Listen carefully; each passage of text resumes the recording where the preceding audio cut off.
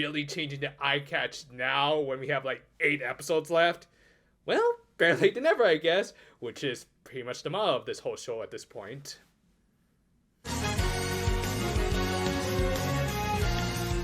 We opened on Meanwhile at the bundles.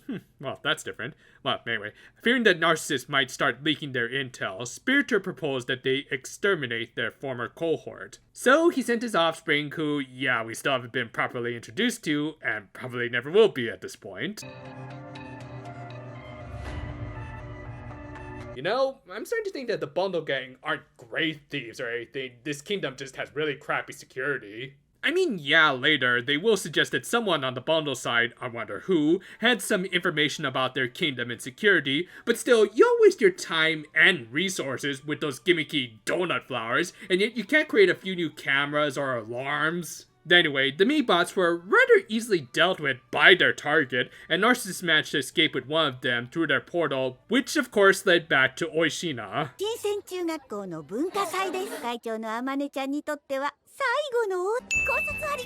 Yeah, I'd be lying if I said I wasn't expecting her to return, unlike with Amane here.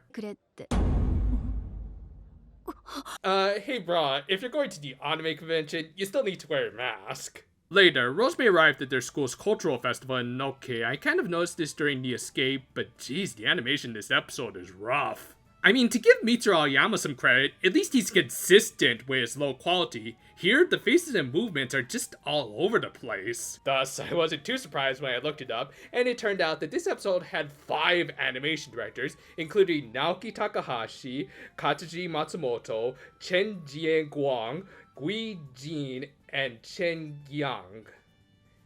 Yeah, they outsourced to China, specifically Beijing. Also, I'm sorry if I mispronounce any of those names.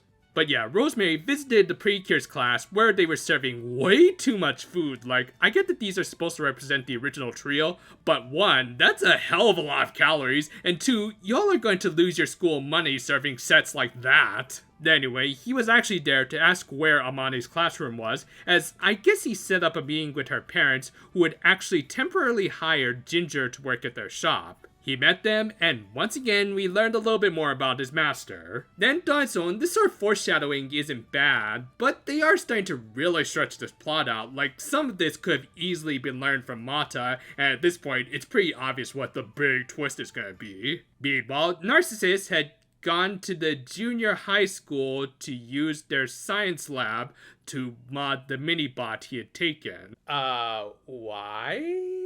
I mean, if you need tools, I'm pretty sure you can find, or steal some better stuff from an actual lab, or at least a university. Moreover, shouldn't he know that the Precure go here, as at least his former cohort went here too? The answer is don't think about it. Actually, it would make more sense if he went to see Rick. But yeah, I guess we wouldn't have a plot otherwise, as he also decided to wear a lab coat on top of his regular coat. You're gonna be cooking, dude. Just so that Amai's brother could mistake him for a science teacher and ask him to help repair a remote for them. And I only wish the contrivances had stopped there. However, whilst trying to hide from the cures, he indeed fixed the remote and became chummy with Amane's brothers and her vice president. And yeah, this is going exactly where you think it is. Look on the mask, my boy.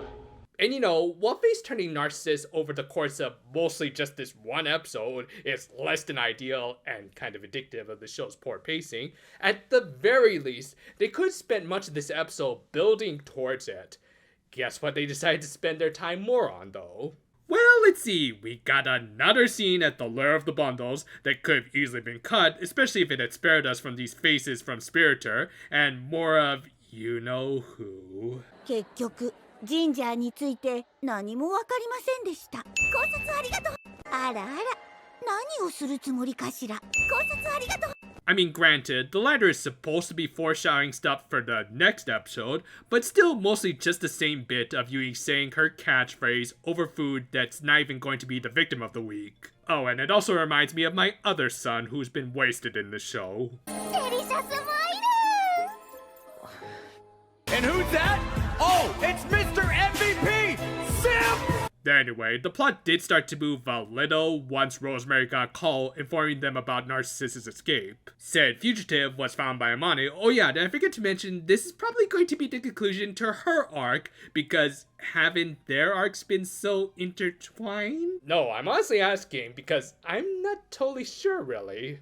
I mean, I'm sorry I keep bringing this up, but we still don't know Amane's backstory of how she ended up joining the bundles, and probably never will at this point. This has been a dark cloud that's been hovering over this character's arc over the course of the whole series, as without that context, we don't know how deep her resentment towards Narcissus goes, even though they're really playing it up as though these two are like Nodoka and Darizen with a lot less interaction, and therefore less emotional investment from the viewers. And I think that's the biggest problem with this face turn, as while I personally don't want to lose my favorite bad boy of the show, the fact is that they were always going to turn him, and yet they're also ending Amane's arc with such a weak thud. She's already gotten over her kind of out of nowhere resentment towards Narcissus, so this episode added nothing to that, other than... ちの妹が作ったんだよ。そいつに会ってみたい。 No, God! No, God, please, no! But yeah, after saying that candy apples taste good, which really doesn't address his sensitive tongue or picky eating habits, everyone loves candy apples, Secretary came in and captured the corresponding fairy along with Narcissus. He tried to escape using his new invention. Okay, this show is starting to cover one too many niche fetishes. But yeah, because he wasted time gloating, he was just as quickly recaptured. The Precure soon arrived, and we got a not-so-good fight, as again, the outsourced animation really isn't doing the show any favors. The only kind of notable thing about it was Amane rescuing her rival, shipmate, I don't know, this character's had the second worst arc of the series so far. And the episode ended with Narcissus willingly returning to his cell, claiming that it was to protect himself from the bundles, and they did this by shrinking him and sending him through the watch, which just makes me wonder, how did he turn back normal? Did they actually let him keep his device? And if that's the case, shouldn't they be worried that he could escape again, especially if he's only a few inches tall and... Oh my God, who the hell cares? So yeah, even putting aside my personal bias for the character's side, this episode just felt really rushed on top of not looking so good. Since the hunt for Ginger has mostly taken over this final arc of the series, it seems like they just wanted to wrap up the arcs of two characters simultaneously that they kind of fumbled the ball on. And yet, honestly, I'm not all that surprised, as much like the animation of the show, the plotting has been pretty shoddy. To me, it's honestly just baffling why they chose to leave Amane's backstory about joining the bundles unexplained. I mean, even if they do explain it, it's not going to matter considering this seems to be the conclusion to her arc. And as a result, and probably because they also want to wrap up another former villain's arc, they also kind of haphazardly threw in a big conflict with Narcissus. Again, feel free to correct me if I'm wrong, but I never really felt that big a rivalry between them, or at least not one that should include either character's arc. And for me personally, I'm just disappointed my boy pulled such a rush face turn. This is especially off-putting when you realize he's been easily the most malicious of the bundle gang that's been made up of an anti-villain, 2 comic reliefs, and a barely there final boss. And yet, just by eating some candy, he suddenly turns good with all of the grace of a Ruby character. It doesn't really address any of his issues with eating, and is instead just kind of cheap shipping fuel with Amane, which again just rings hollow when they don't really have that much of a relationship, good or bad. One aspect I'll admit I kind of like was that at least he does still need to serve his time, even though how he got back is confusing. But still, when compared to other face-turn villains of this franchise who had several episodes dedicated to their turn rather than minor footnotes in others before a rushed conclusion came along, this just leaves me with my biggest personal disappointment of the series. Combine that with just some wonky animation, and this was not a good conclusion for either character. Amane's botched 6th Ranger arc not only screwed over her own story, but her cohorts as well. We hope that all of our viewers in the States had a happy Thanksgiving and were able to eat their fill. I just hope you didn't eat to an unhealthy degree like the girls in this show. Then, of course, with 2023 quickly approaching, talk about the new series is starting to rise. As of the time of this recording, though, we haven't really heard anything, and even if we did, we have no plans of spoiling it for those who don't want it. But if you do want to talk about it in the comments or any other content really, well, we're certainly not going to stop you, especially if it means more interaction for us. And until next time, though, for now, my friends, and, wait, why did the background change? Oh, right, I did eat that weird cake, didn't I? And there's my dog.